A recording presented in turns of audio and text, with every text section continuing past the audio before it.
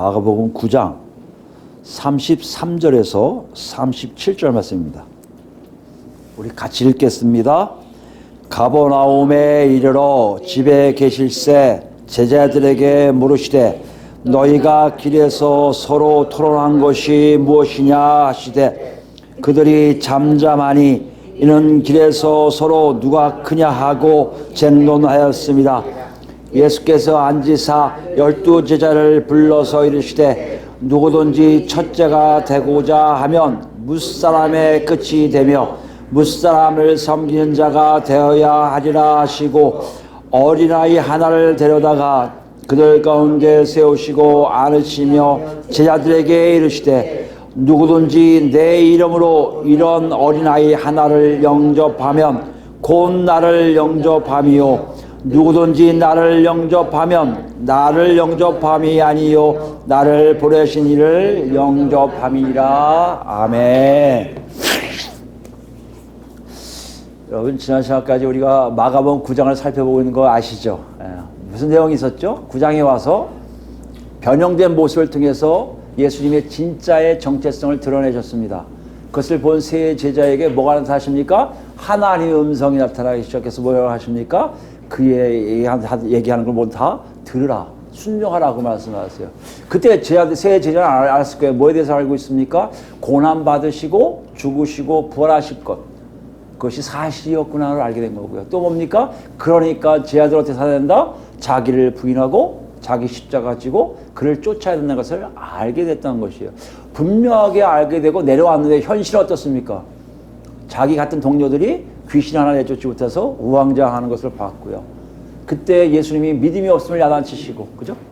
믿음 없으면 믿음이 뭐라는 걸 보여주세요. 믿음이란 것은 살아 역사하신 실제하신 하나님을 정말 알 때 그분과의 뭔가를 하기 위해서 몸부림치는 것을 얘기하고요.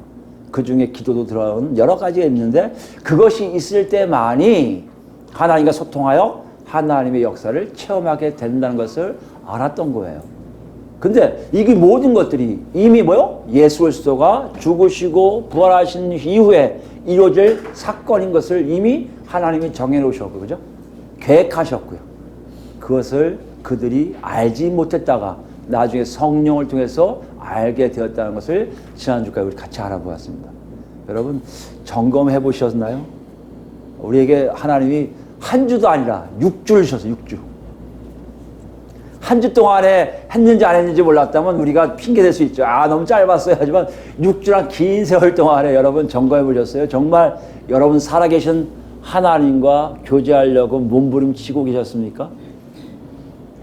그분이 예정한 일들, 앞으로 일어날 일들이 분명히 있을 것을 여러분 믿고 그분 뜻에 따라 살려고 했던 몸동작이 있었습니까?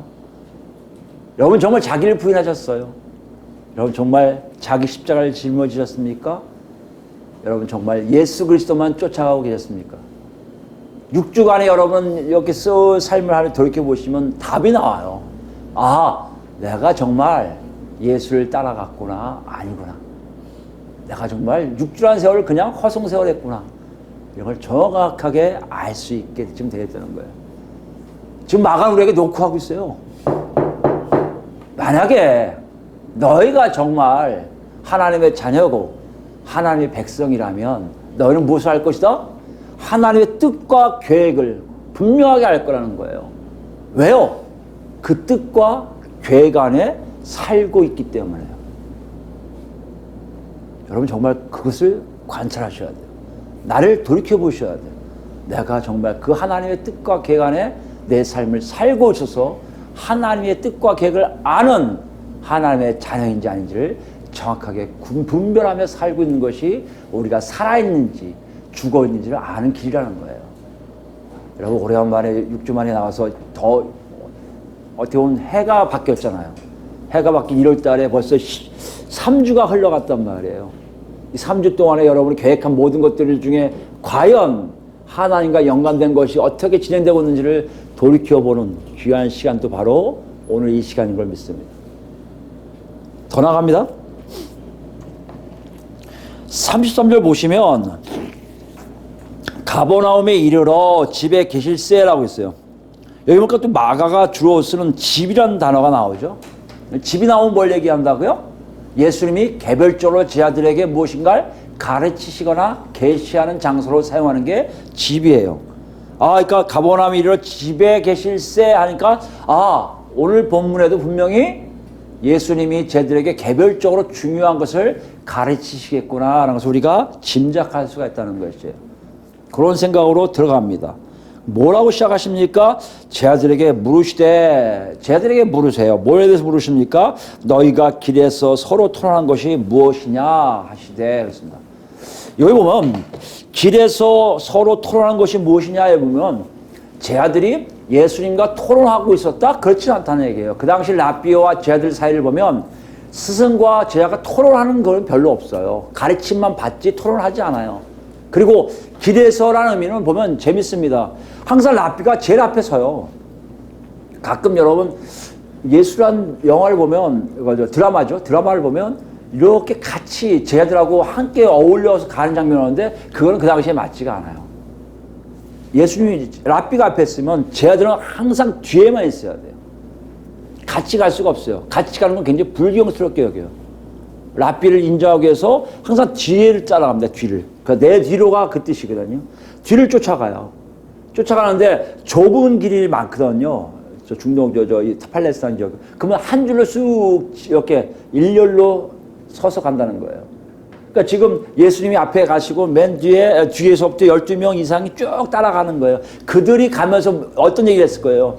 막 뭐라고 얘기했던 걸 지금 물어보고 계시는 거예요.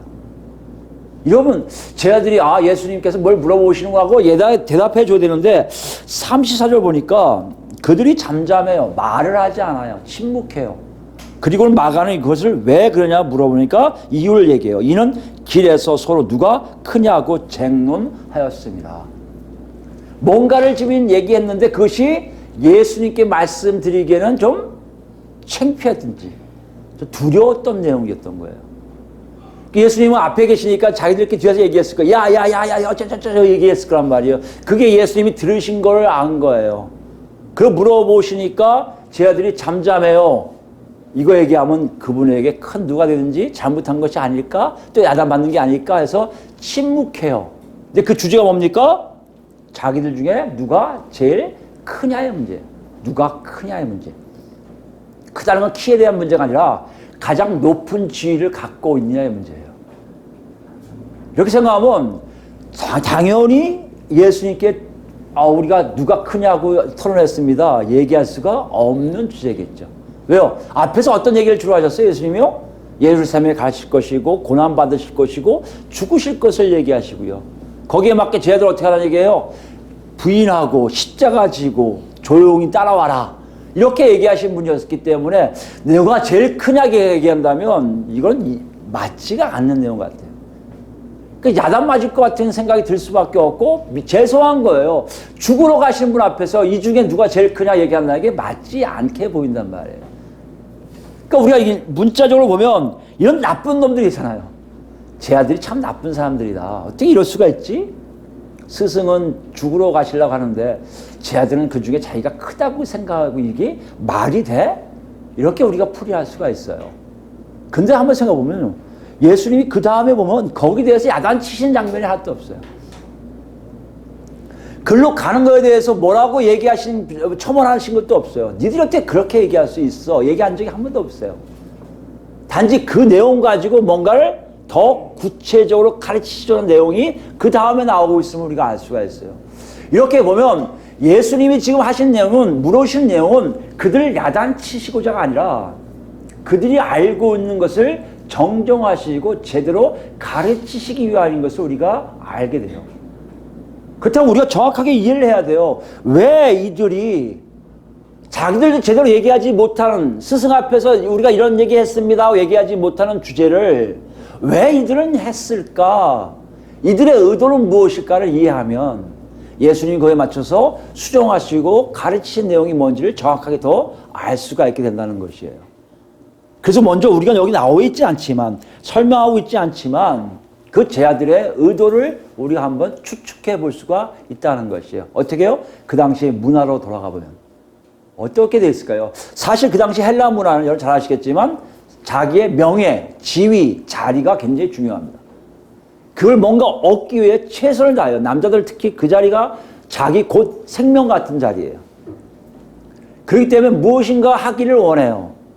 그래서 누가 크냐의 문제는 여기 제자뿐만 아니라 헬라 문화에 있는 모든 사람들의 현실적인 문제였던 거예요. 이렇게 보면 세속적인 것처럼 보일 때가 있습니다. 그러나 좀 더 현실적인 문제를 들여다보면 제자들이 이해가 돼요. 제자들이 이 상황을 전혀 이해를 못했다? 아니에요. 저는 이해했다고 생각합니다. 왜 어떻게 이해했을까요? 자꾸 예수님이 죽으실 걸 얘기하시거든요. 실제로 변형사에 하나님 나타나셔서 그의 말을 들으라고 명령하셨거든요. 그리고 지난주에 우리 봤지만 정말 그렇게 될 것을 확인하셨거든요. 하나님 계획 속에 이미 예수님은 죽게 되어 있단 말이에요. 그럼 여러분 한번 생각해 보세요. 아, 우리 스승이 돌아가신데 어떡하지? 그렇게 생각할 수 있어요. 그 다음에 뭡니까? 그러면 우리의 리더가 누구일까? 생각할 수 있어요. 더군다나 꼭 변형사를 데려가실 때 세 사람만 데려가셨거든요. 그러면 얘기할 때 저 세 사람 중에 누가 리더가 될 것인가? 그때는 랍비들이 이렇게 키운 제자들 중에 각자가 커서 그 랍비 스승의 이름을 하는 학파, 우리가 말하면 그룹을 형성하는 일이 있어요. 현실적으로 굉장히 중요한 얘기입니다. 이거를 예수 그리스도를 무시하는 게 아니라 차후에 자기의 삶 속에서 굉장히 중요한 맥락이기 때문에 이들이 그거에 대해서 얘기했을 가능성도 분명히 있다고 여길 수 있어요. 나쁜 놈들이 아니라 실제적으로 현실적으로 생각한 그들의 태도인 것을 우리가 알 수 있습니다. 그런데 더 정확한 표현은요, 더 정확하게 알 수 있는 것은요, 이들의 주제의 내용이에요. 서로 누가 크냐예요. 누가 클 거냐의 문제가 아니에요. 누가 지도자가 될 것이냐의 문제가 아니에요. 현재 누가 크냐의 문제예요. 이건 좀 더 다릅니다. 앞에서 얘기한 세속적인 현실적인 생각보다 더 신학적이에요. 더 구체적이에요. 이거 어떻게 보면 한 사람에 대한 얘기가 아니에요. 거기 있었던 제자들 모두에 해당되는 내용이에요. 어떤 내용들이었냐면 그 당시 랍비들이 뭐라고 가르쳤냐면 이렇게 얘기해요. 너희들이 지금 현재 위치한 위치가 바로 다가올 세대에 하나님이 다스린 나라의 위치가 될 거라고 하죠.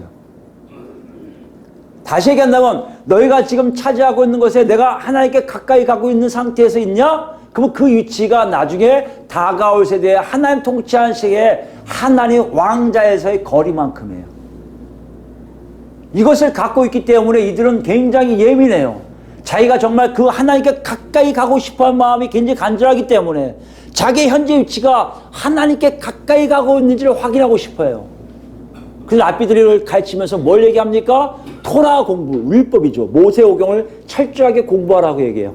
이걸 많이 하면 알수록 하나님께 가까이 간다고 가르쳤어요. 두 번째 뭐예요? 선한 일을 많이 하라고 가르칩니다. 선한 일을 많이 하면 할수록 하나님께 가까이 간다는 거예요. 왜요? 지금 네가 많이 하면 할수록 이름이 올라가거든요. 아우무개가 정말 착한 일을 하네. 그래서 여러분 저 마태복음 보면 손 들고 내가 구제합니다 이렇게 외치잖아요. 다 그런 일이에요. 내가 지금 하나님께 가까이 가고 있음을 선포하는 거예요. 또 있습니까? 또 있습니다. 의로움을 행하는 거예요. 의로움 중에 가장 큰 종이 뭐예요? 순교자예요. 여러분 순교자가 천국에 올라가서 하나님 우편에 가려왔나니까 개신교에서 나온 게 아니에요. 이건 우리가 참 이렇게 가져온 거예요. 다. 이슬람교도도 마찬가지예요. 순교한 사람들이 바로 알라가 가까이 간다고 하잖아요. 마찬가지예요. 이들도 순교하면 바로 하나님 왕자 바로 근처에 간다고 얘기해요. 이게 이제 우리한테 그대로 온 거죠. 이걸 가지고 가르치기 시작했어요. 가르치시니까요. 이 사람들 생각을 랍비들이 가르치니까 이들의 공식적인 자리가 꼭 자기들의 뭐요? 저 천국에 올라가서 하나님 나라가 다스릴 때 하나님의 왕자와 가까이 있음의 순서예요. 그래서 여러분 잔치하면요. 주인 바로 옆에 앉은 사람이 최상의 대우를 받는 사람이에요. 예수님이 뭐라고 했어요? 그 옆에 앉지 말라고 했잖아요. 다 그 의미예요. 그 자리를 탐하는 거예요. 그 자리에 앉는 것이 뭐기 때문에요. 자기가 하나님 나라에 가서의 자리예요. 그러니까 지금 누가 크냐의 문제는 어떤 면으로 보면 내가 지금 어디에 있을까의 문제예요. 내가 보기에 저 세 사람 베드로, 야고보, 요한보다는 떨어지지만 네 번째에 있으면 그만큼 하나님과 가까워지겠구나 이거예요. 왜 이런 생각을 합니까? 예수님이 지금 뭐라 하시는 거예요? 하나님 나라가 왔다고 선포하시고요. 저 내가 죽으시고 부활하시고 이제 완성된 것을 보여주실 것 같거든요. 그 자기가 지금 어디 있는지를 지금 보고 싶은 거예요. 일어날 거거든요. 하나님이 계획하신 거거든요. 그러니까 예수님이 죽으러 가신다는 얘기에 나는 지금 어디 있지? 누가 제일 크냐? 저 사람보다 내가 클 거야. 그럼 내가 더 위지? 이런 식으로 서로 논쟁했음을 우리가 이해할 수가 있다는 것이에요. 그렇게 보면 오늘 예수님께 얘기하기는 부끄럽지만 죄송스럽지만 이들이 갖고 있는 누가 크냐의 토론은 굉장히 현실적이고 신학적인 거였어요. 그러면 이것을 이해하면 우리가 다음에 예수님이 말씀하신 게 무엇인지를 정확하게 알 수가 있어요. 그럼 우리를 이제 적용해야 될 거 아니에요. 우리를 적용하려니까 우리가 여기에 맞아야죠. 아니 제자들은 지금 그런 마음으로 가고 있어서 예수님이 가르친 말씀을 의미 있게 받아들이는데 우리가 즉 제자들이 그런 마음이 없으면 예수님의 말씀을 제대로 이해할 수가 없잖아요. 우리 자신을 봐야죠. 여러분 정말 그러고 계세요? 뭘 그러고 계시라는 얘기예요? 하나님 나라에 대한 여러분 소망이 얼마큼 크신가를 보셔야 돼요. 하나님께 얼마나 가까이 가고 싶어하는 여러분 욕망이 여러분이 있는지 보세요. 그것이 없으면 이 다음에 나온 내용들은 아무 의미가 없어요. 이 사람 딴 사람들 가는 건 내가 무슨 상관이야? 나 필요 없어. 나는 여기가 좋아. 사실 여러분 과거의 우리의 모습을 보면요. 한국 교회가 그랬어요. 하나님 나라 하면 굉장히 사모하는 곳이에요. 천국 찬송하면요 막 울어요. 요즘 천국 찬송에도 안 울어요. 그만큼 하나님 나라가 그렇게 귀하지가 않아요. 죽어서 가는 것도 귀하지가 않아요. 옛날에 보면요 정말 순교를 하겠다고 각오한 사람 참 많아요. 왜요? 하나님 바로 옆에 가니까. 잘못된 가르침이잖아요. 부흥사들과 목사들이 그렇게 가르쳤거든요. 잘못된 가르침에도 그 사모함이 크기 때문에 순교해서라도 하나님 바로 옆에 앉고 싶어하는 마음이 있었어요. 그런 과거의 우리 모습이라면 이 다음에 나온 예수님의 말씀이 제대로 의미가 있을 거예요. 내가 정말 하나님 나라를 사모하는데 앞으로 어떻게 될 것인가? 어떻게 가야지 제대로 가지? 궁금할 수가 있잖아요. 근데 요즘은 우리의 모습은 어떻습니까? 천국은 사라졌어요. 하나님 나라는 사라졌어요. 죽어서 가는 것도 관심이 없어요. 살아서 현재 내 모습이 중요해요. 이 땅이 중요해요. 이 땅에 갖고 있는 게 중요해요. 누리고 있는 게 중요해요. 내가 편한지 아닌지가 중요해요.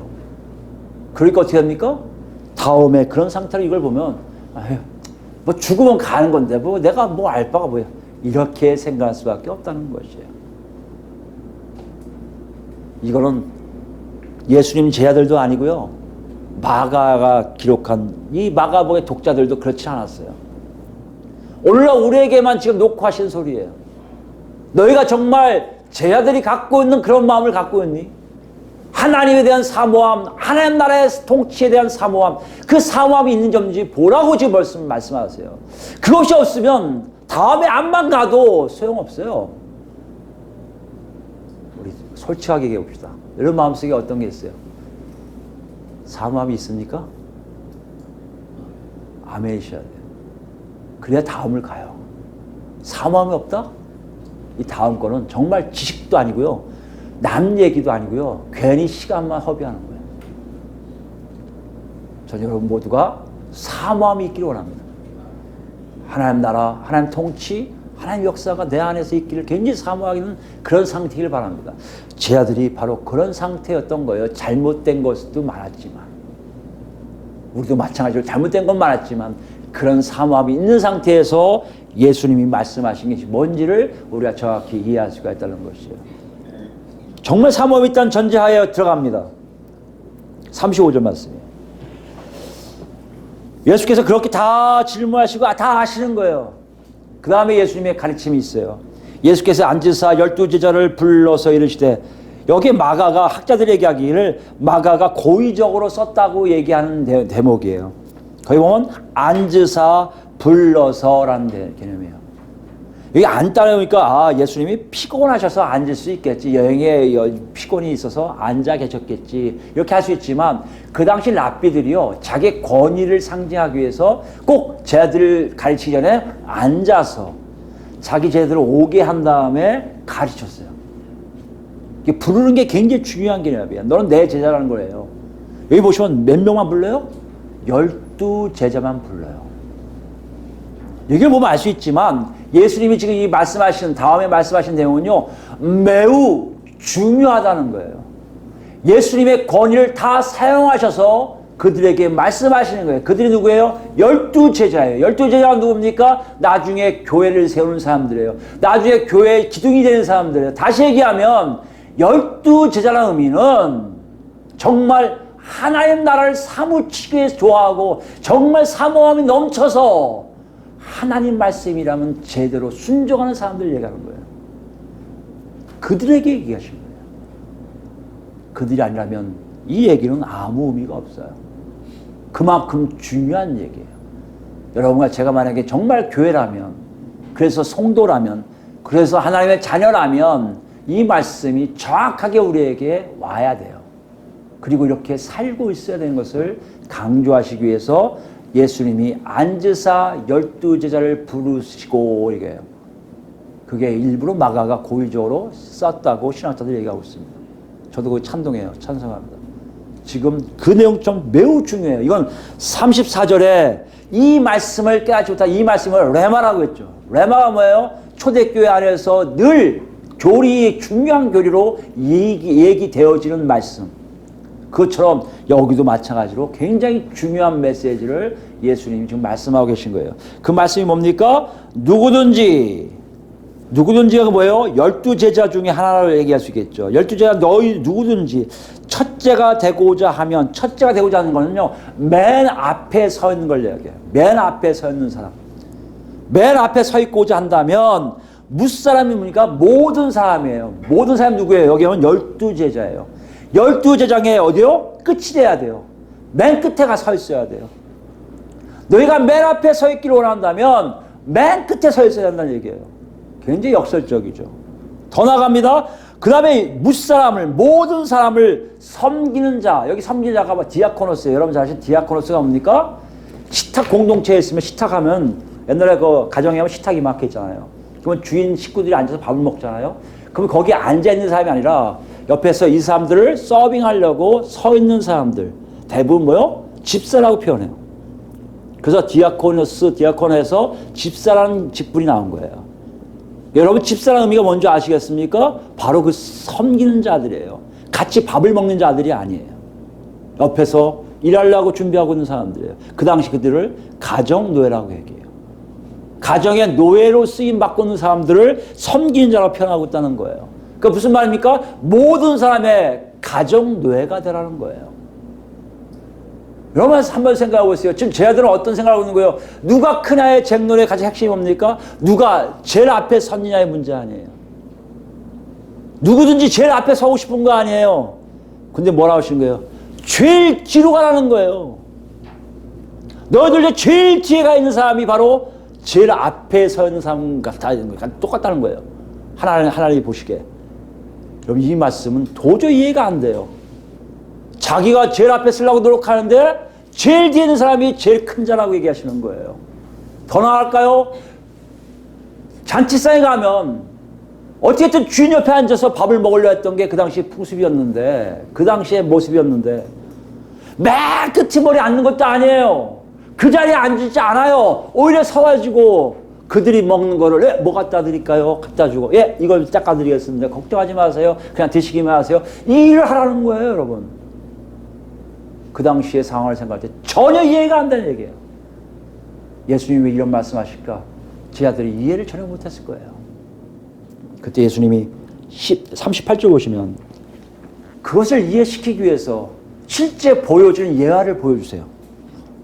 어린아이 하나를 데려다가 아마 그 집이 베드로 집이라고 다들 학자들이 얘기하고 있더라고요. 가버나움에 그 집 하면 대부분 베드로의 집이었을 것이다. 그러니까 베드로의 가문 중에 한 아이가 있었는데 그걸 데리고 오신 거예요. 그리고 그들 가운데 세우시고 안으세요. 여러분 지금은 애들이 어른들하고 얘기할 때 같이 앉아서 합석하는 게 많지만 이 당시에 애가 더군다나 어른들하고 같이 있다? 그리고 어른이 그를 안고 있다? 이건 있을 수 없는 일이에요. 되게 낯선 일이에요. 그 쟤들이 주목했을 거 아니에요. 뭐 하시려고 저렇게 안고 있지? 애를 더군다나? 그러니까 예수님 이렇게 말씀하세요.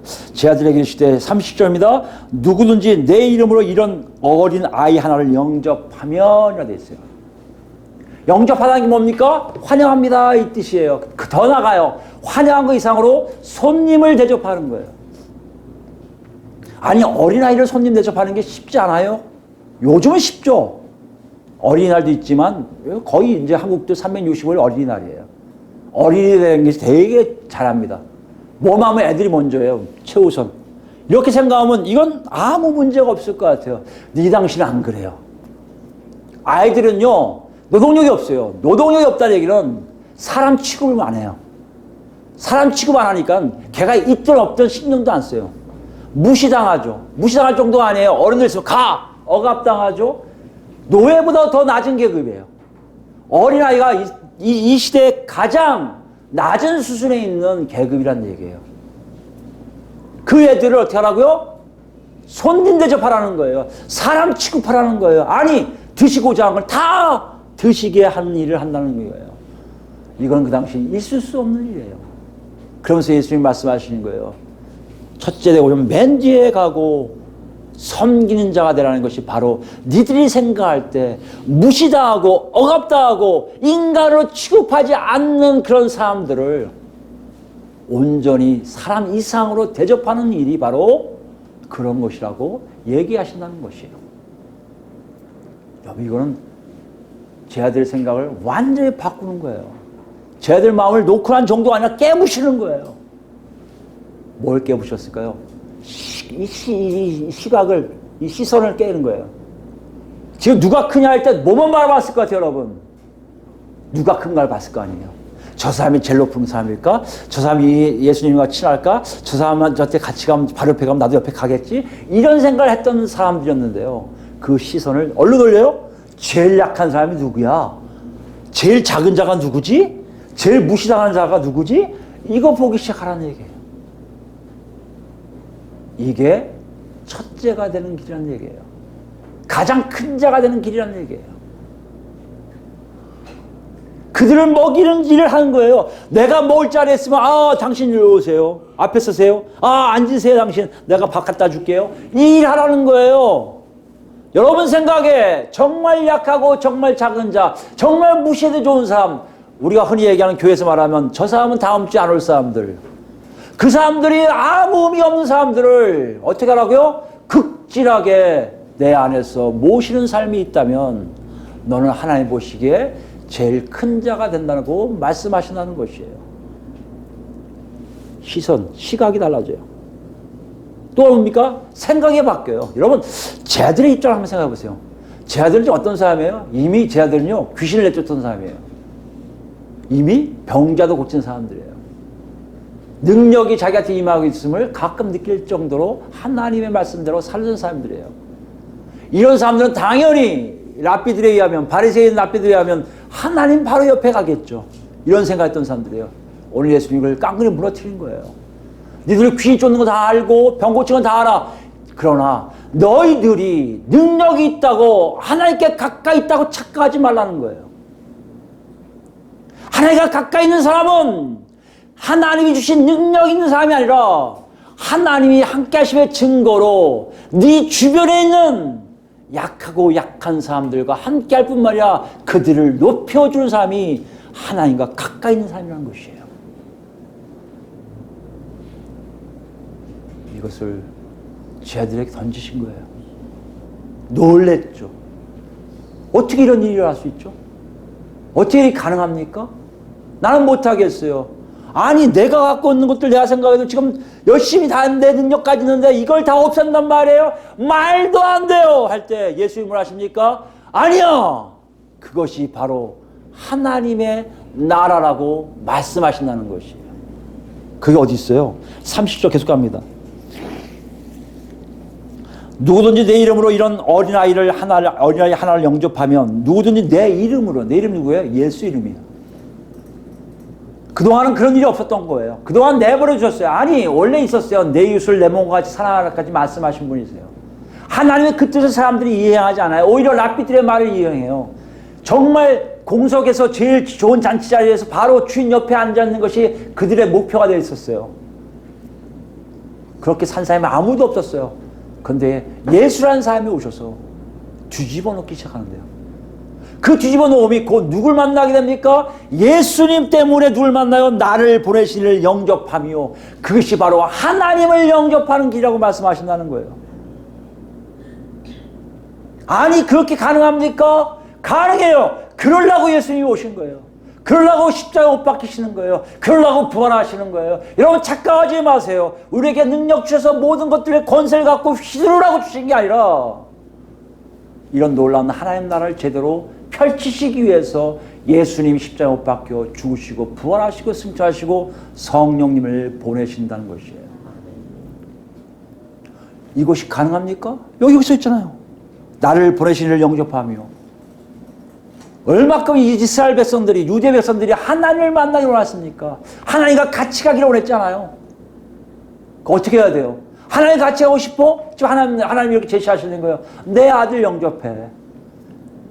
아들을요? 예수님을요? 그 영접할래요. 예수님까지 가능해요.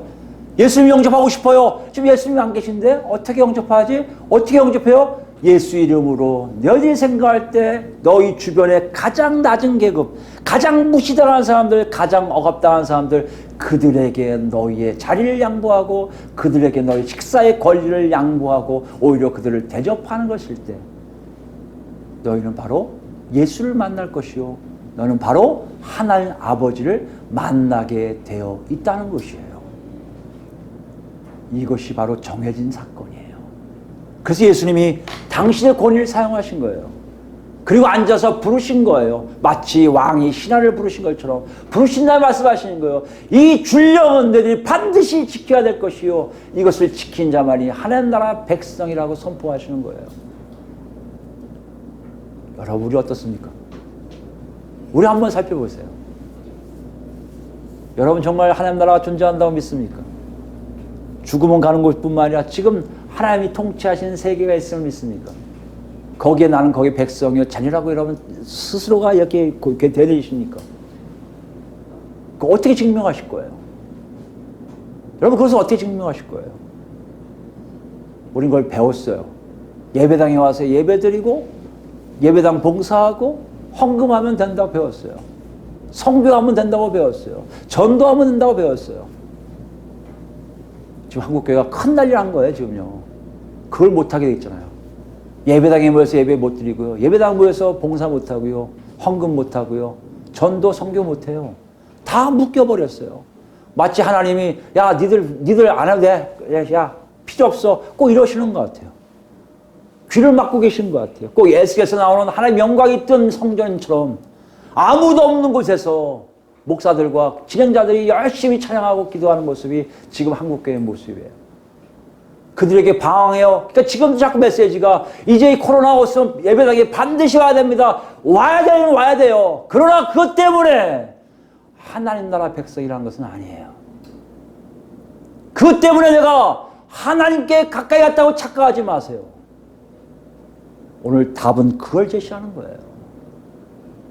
예배 드리지 못했어도 기도하지 못했어도 헌금하지 못했어도 나도 모르게 내 안에서의 놀라운 역사를 통해 옆에 사람들 내가 생각할 때 멀리 갈 필요 없어요. 내 가족 중에 내가 생각하는 우리 공동체 안에 나보다 정말 찌질한 사람 나보다 약하다고 여기는 사람 그 사람 뒤에서 줄 서는 것 그 사람을 올려주는 것 그 사람을 먹이는 것 그 사람을 섬기는 것 그것이 바로 하나님 나라 백성이라고 지금 가르치고 있다는 것이에요.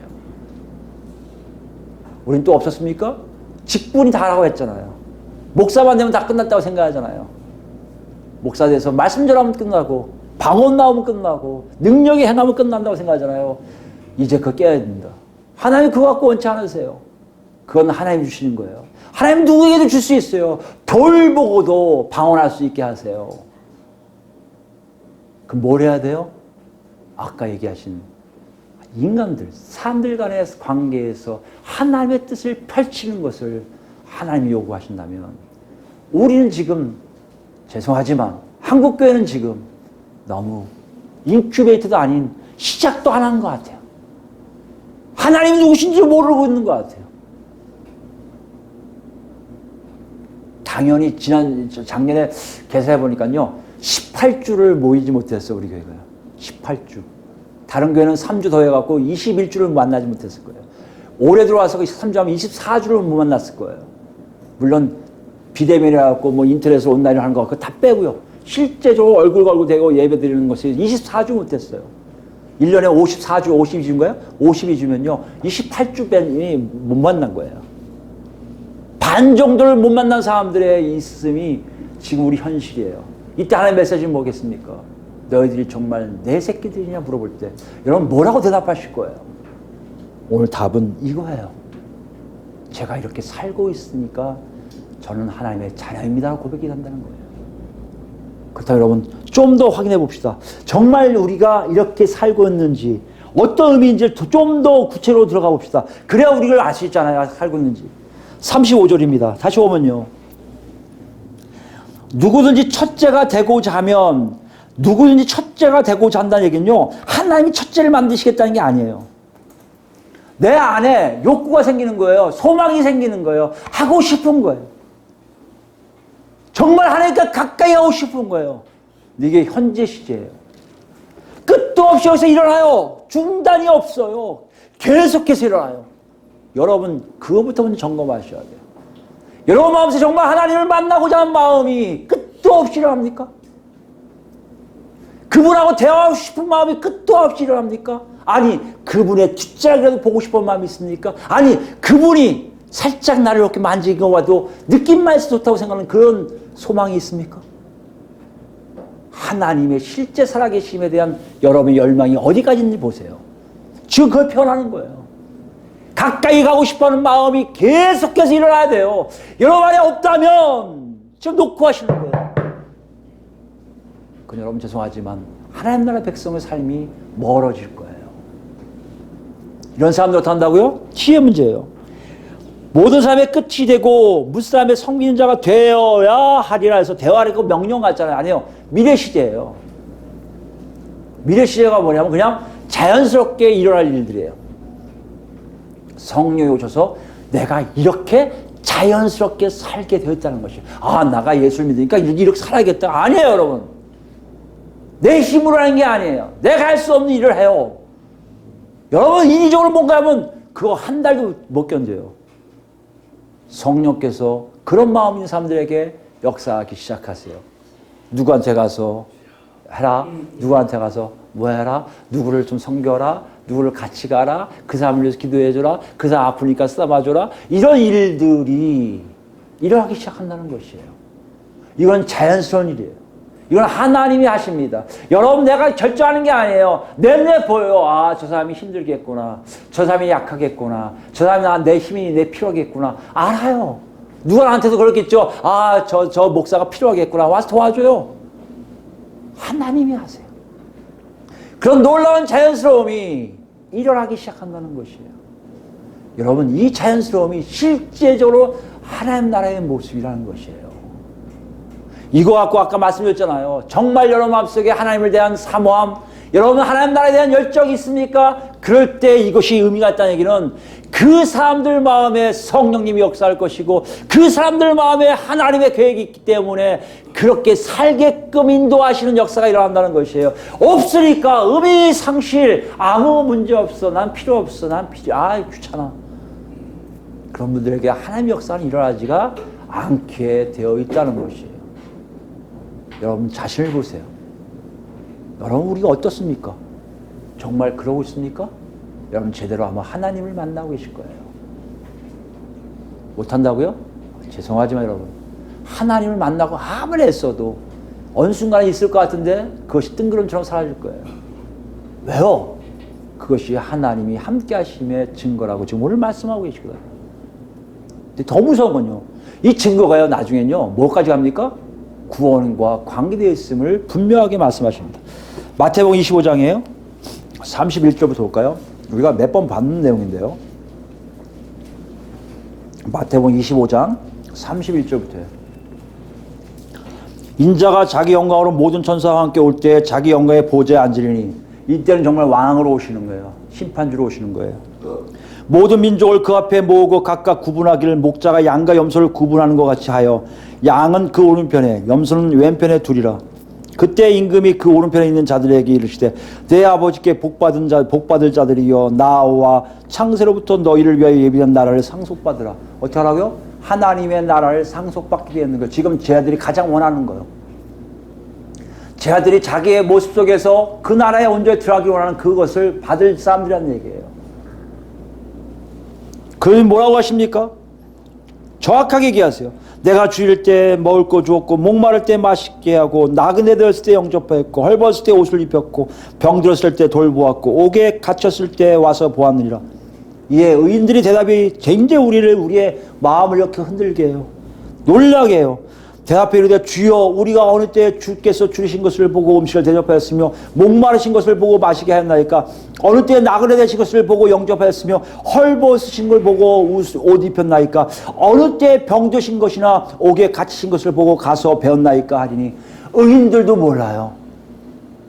자기들이 그렇게 한 걸 몰라요. 예수님께 한 적이 없는 것 같은데, 예수님께 그렇게 한 적이 없는데 어떻게 했다고 하는 거예요? 저는 예수님께 한 적이 한 번도 없어요. 이런 고백이 나올 수밖에 없어요. 아까 얘기했지만 미래 시제는요 자연스러운 거예요. 내가 의적으로 한 게 아니에요. 나도 모르게 하니 뭐요? 예수님을 영접하는 것이요. 예수님을 영접하니 아버지를 영접하는 사건이 자기도 모르게 자연스럽게 일어나는 거예요. 그때는 임금이신 예수님 뭐라고 하십니까? 내가 진실 40절이에요. 내가 진실로 너에게 이르노니 너희가 여기 내 형제 중에 지극히 작은 자 하나에게, 우리 본문에 얘기하면 어린 아이 하나에게 한 것이 곧 내게 한 것이니라 하시고, 그것이 이들이 복받는 이유, 하나님 나를 상속받는 이유란 말이에요. 내 이웃을 내 몸과 같이 사랑하는 것이 무엇인지 알게 하시는 거예요. 이들은 자연스럽게 그 일을 했어요. 그런데요, 문제는요, 왼편에 있는 저주받을 자들이에요. 41절 보세요. 왼편에 있는 자들에게 이르시되 저주를 받을 자들아 나를 떠나 마귀와 그 사자를 위하여 예비된 영원한 불에 들어가라. 이건 지옥을 얘기합니다. 영원한 심판을 얘기합니다. 내가 줄 때 똑같이 얘기하세요. 주일 때 먹을 걸 주지 아니하였고 목마를 때 마시게 하지 아니하였고 나그네 되었을 때 영접하지 아니하였고 헐벗을 때 옷 입히지 아니하였고 병들었을 때와 옥에 갇혔을 때 돌보지 아니하였느니라 하시니, 그들도 대답하여 이르되 주여 우리가 어느 때 주께서 주신 것이나 목마르신 것이나 나그네 되신 것이나 헐벗은 것이나 병든 것이나 옥에 갇히신 것을 보고 공양하지 아니하다니까. 자기들도 똑같이 모르는 거예요. 예수님이었으면 했죠, 왜 안 하겠어요? 이런 거예요. 여러분 잘 보세요. 의인이나 저주받을 사람은 똑같은 일을 하고 안 하고 차이예요. 했는데 그것이 정말 이런 일일까 모르고 했고요. 안 하고 그것이 그런 일이 아닐 거야 하고 안 했던 얘기예요. 근데 신기한 게 하나님, 예수님 보시기에는 똑같아요. 이에 45절입니다. 대답해 이르시되 내가 진실로 너에게 이르노니 이 지극히 작은 자 하나에게 하지 아니한 것이 곧 내게 하지 아니한 것이니라 하시리니. 무슨 말씀이에요? 그들은 그들에게 전혀 하지 않았다는 것이에요. 본문을 얘기한다면 나중에 심판대에 왔을 때 하나님께 복받는 자는요 그 얘기를 시작하는 거예요. 나보다 약한 자들, 작은 자들, 필요한 사람이 누구지? 이러면서 자기도 모르게 살아온 사람들이고요. 저주받을 사람들은 그게 하나도 안 보이고 나보다 큰 사람 누구야? 저 사람 대가면 내가 득보겠네? 아, 저 사람한테 가면 내가 뭘 받겠네? 이렇게 살았던 사람들이란 얘기예요. 그런 일이 아무렇지 않게 일어나다가 심판에 왔으니 그 심판의 기준이 나는 예수 믿었으니까 다 들어가겠지 생각했던 거예요. 의인도 마찬가지고 저주받은 사람도 마찬가지인데 이쪽을 갈라놓으시는 거예요. 그리고 한쪽에는 복이 있다고 한쪽에는 복이 없다고 말씀하시는데 그 내용이 어떤 내용이에요? 작은 자들을 찾지 않고 제멋대로 산 사람은 저주요. 작은 자를 찾고 그들에게 했던 일들은 하나님의 자녀라고 인정하시는 역사가 일어나게 되어 있다는 것이에요. 이 내용은 비유를 얘기하시지만 분명하게 선언하시는 거예요. 오늘 본문에 말한 바로 앉아서 12제자를 부르셔 와라! 너희들아 얘기할 게 있다. 이것이 하나님께서 너에게 준 놀라운 일이니 이걸 반드시 행하라고 말씀하시는 거예요. 마태복음 맨 마지막 볼까요? 46절 말씀 보면 그들은 영벌에 의인들은 영생에 들어가리라 하시니라. 기준이 되어버려요. 그럼 여러분 그렇게 살아야겠네요? 살아야겠네요가 아니라 살게 되어 있어야 돼요. 그 시작이 뭐라고요? 여러분 안에 정말 하나님 나라와 하나님에 대한 사모함이 있는지를 체크하세요. 오늘 본문으로 그걸 얘기하는 거예요. 제 아들이 그랬어요. 정말 그랬어요. 그들이 잘못된 편견에 의해서, 잘못된 지식에 의해서, 잘못된 답이 나올 수 있지만 그래도 그들 마음에는 있었단 말이에요. 예수님이 그걸 수정해 주시는 거예요. 고쳐주시는 거예요. 얘들아, 그것이 아니라 너희들이 알고 있는 걸 완전 뒤집어야 돼. 이제 그렇게 살면 천국이 너희 게 아니야. 현재 너희 모습은 맞아. 현재 너희 모습 때문에 미래가 결정되는 거 맞는데 현재 너희 모습 속에 지금 가르침 받은 걸로 살지 말고 내가 너희에게 일러준 대로 낮은 자들, 무시당하는 사람들, 억압당하는 사람들, 멀리 가지 말자. 12명 중에 스스로 생각해도 제가 제일 약해 하는 사람을 올려 세우고 그 뒤에서 서포팅하는 자가 되면 당연히 너희는 하나님을 만나게 될 것이고, 그렇지 않으면 너희는 하나님으로부터 버림받게 되어 있다는 것이에요. 이제 우리에게 와요. 성령께서 우리에게 말씀하세요. 문조가 너는 어디 있니? 여러분 각자에게 그러실 거예요. 아무개야 너는 어디 있니? 정말 나를 만나고 싶어? 정말 나의 나라가 그리워? 정말 나의 통치를 받고 싶어? 그것이 있는지 먼저 확인하라고 말씀하시고, 더 나아가 있다면 너희 삶이 분명하게 성령에 끌려 하나님이 인정하신 삶으로 가게 되어 있다는 것이에요. 그 삶을 산 사람들은 지금이 아니도, 지금 내가 아주 힘들 거, 아니 사람들 왜 저렇게 살지 아무리 욕하고 해도 하나님은 바라보고 계시고 하나님은 함께 하시고 하나님은 그 사람을 껴안고 있기에 반드시 그 사람들은 영원한 하나님과 동행하는 생명을 얻을 것이요, 그렇지 못한 사람은 하나님과 결별하는 영벌을 받을 수밖에 없다고 지금 말씀하고 계세요. 여러분 어떻게 하실 거예요? 예수 믿는 건 그거예요. 예수님이 원하신 대로 내가 사는 거예요. 지금 예수님이 성령으로 우리에게 얘기하세요. 나는 너희들이 다 맨 뒤에 서 있고 가정교회처럼 딴 사람들을 대접하는 사람이 되기를 원한다고 말씀하세요. 이 말씀이 모두 다 아멘으로 나중에 천국 가서 정말 하나님 만드신 잔치에는 다 하나님 바로 옆에 다 있기를 예수 그리스도로 축원드립니다. 아멘.